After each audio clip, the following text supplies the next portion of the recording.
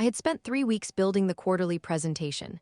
3 weeks of data sorting, customer analysis, financial forecasting, long nights, and 100 tiny corrections that no one else even noticed. My boss, Richard, barely contributed a paragraph, but the morning before the board meeting, he called me into his office with a proud grin. "I'll be presenting this as my work," he said, tapping my file. "It'll look better coming from leadership."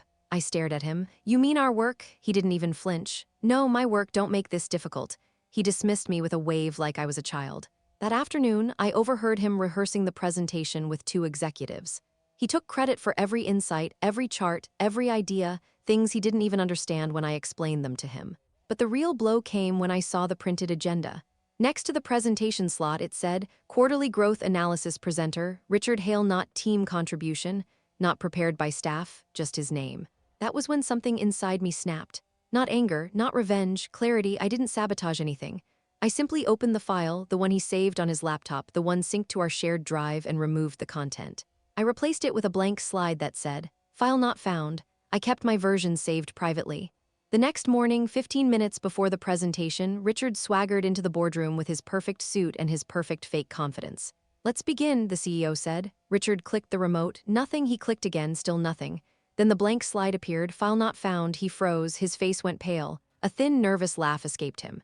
Must be a tech issue," he said, tapping keys wildly. The CEO frowned. "Richard, where is the analysis? We've been waiting weeks for this."